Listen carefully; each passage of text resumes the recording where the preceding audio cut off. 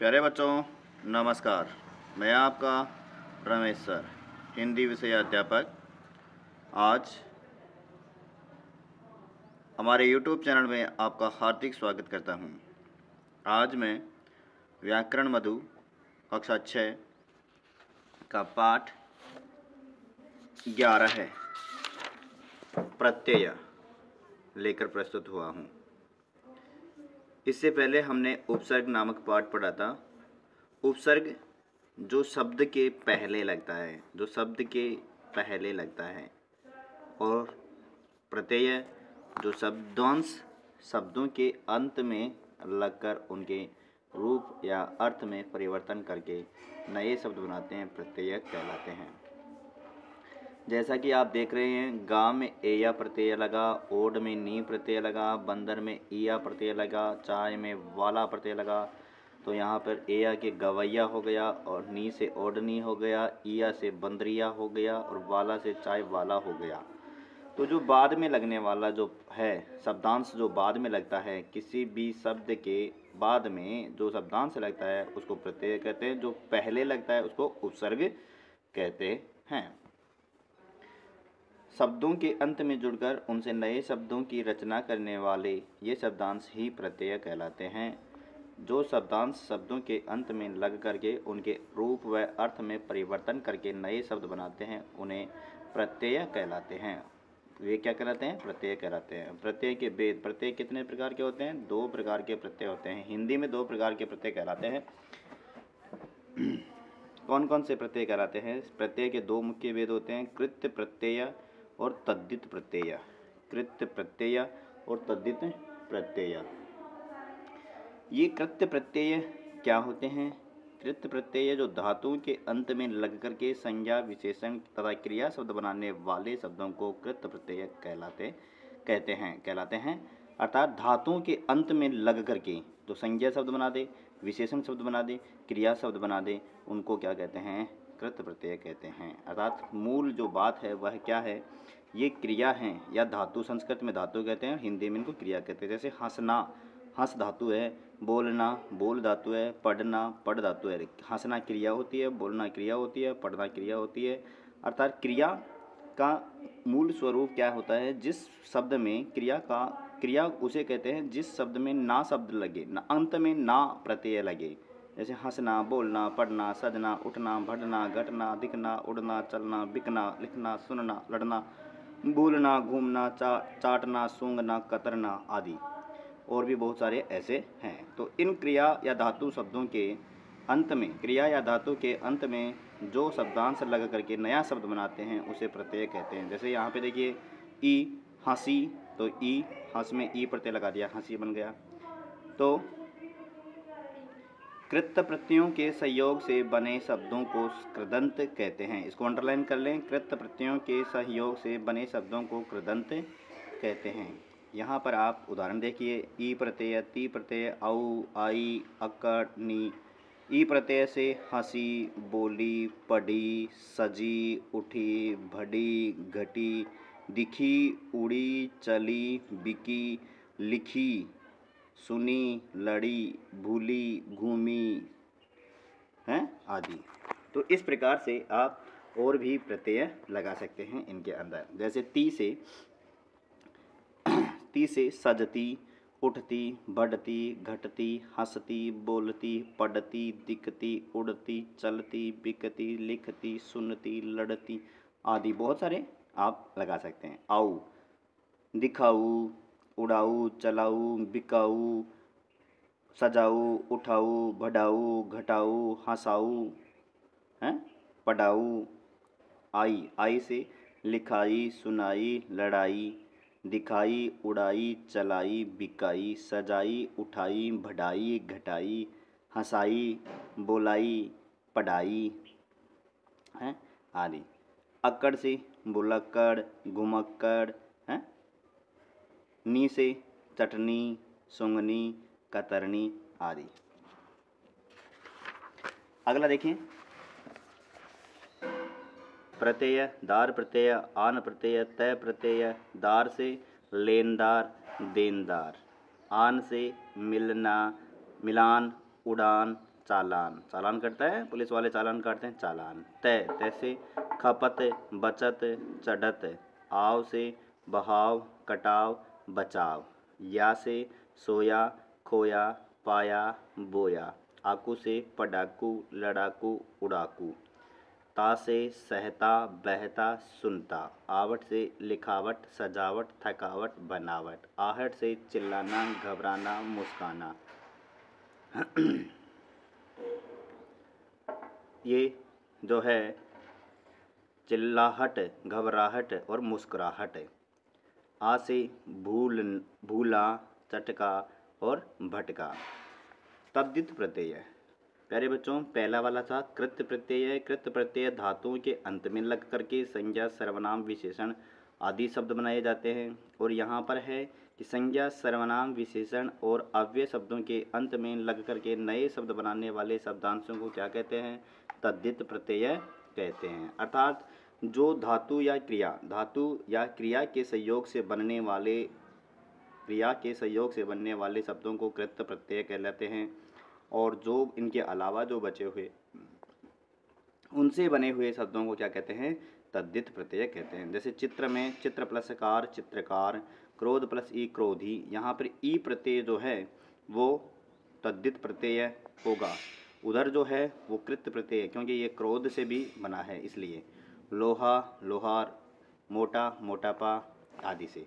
जैसे आ, आइन, आना, आपा, आई, आर, आनी, आलू, ईला, ई, इया, पन, वा, इमा, ए, इया, इक, इन, एरा।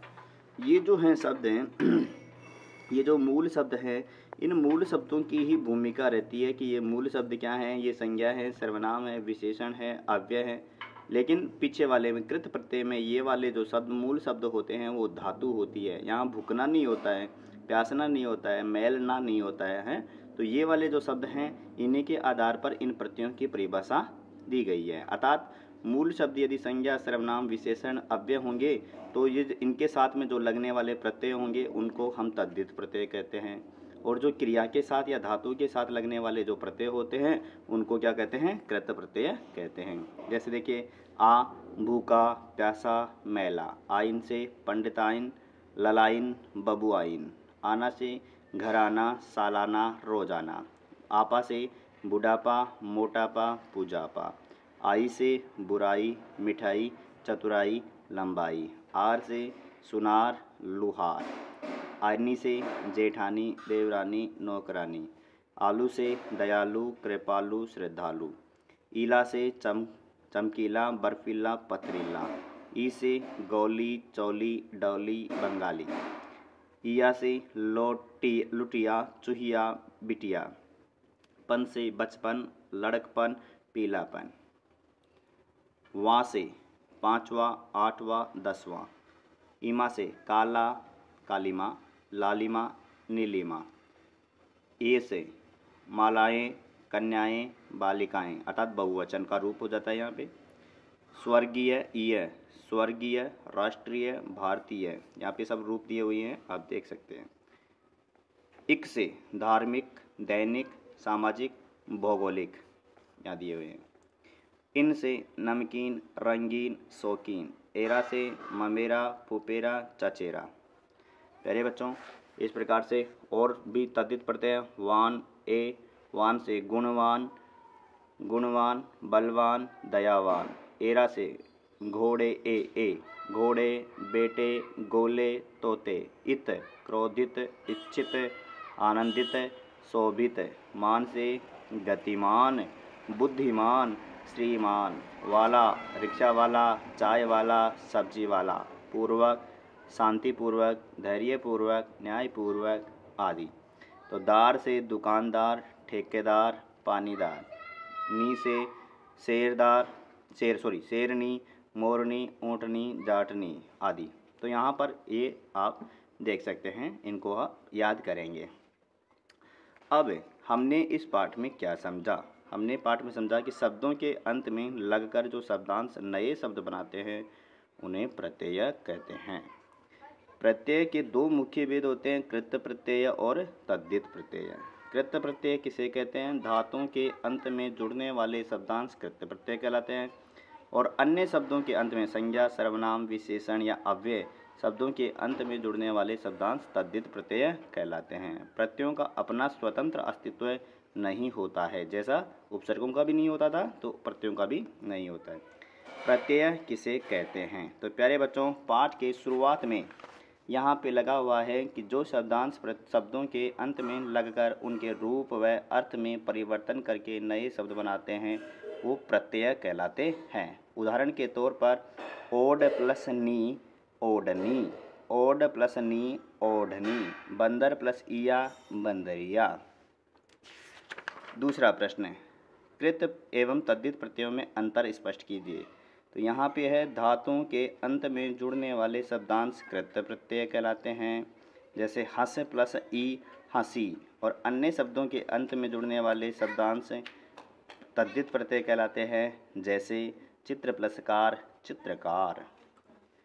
कृदंत शब्द कौन से होते हैं? उदाहरण सहित लिखिए। कृदंत प्रत्यय कौन से होते हैं? तो प्यारे बच्चों, हमने अंडरलाइन किया था कि कृत प्रत्ययों के सहयोग से बने शब्दों को कृदंत कहते हैं। उदाहरण के तौर पर मिल प्लस आप मिलाप, झूल प्लस आ झूला, कतर प्लस नी कतरनी आदि।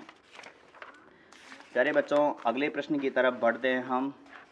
अगला प्रश्न है, निम्नलिखित शब्दों में से मूल शब्द और प्रत्यय अलग कीजिए। थकावट, मैंने पहले भी बताया था कि आप जो उच्चारण करेंगे वही प्रत्यय आपको अलग अलग दिखेगा। जैसे थक शब्द होता है थक, और आवट शब्द होता है घबर घबर, आहट घबराहट, तो घबराना शब्द होता है आहट, इसमें प्रत्यय है।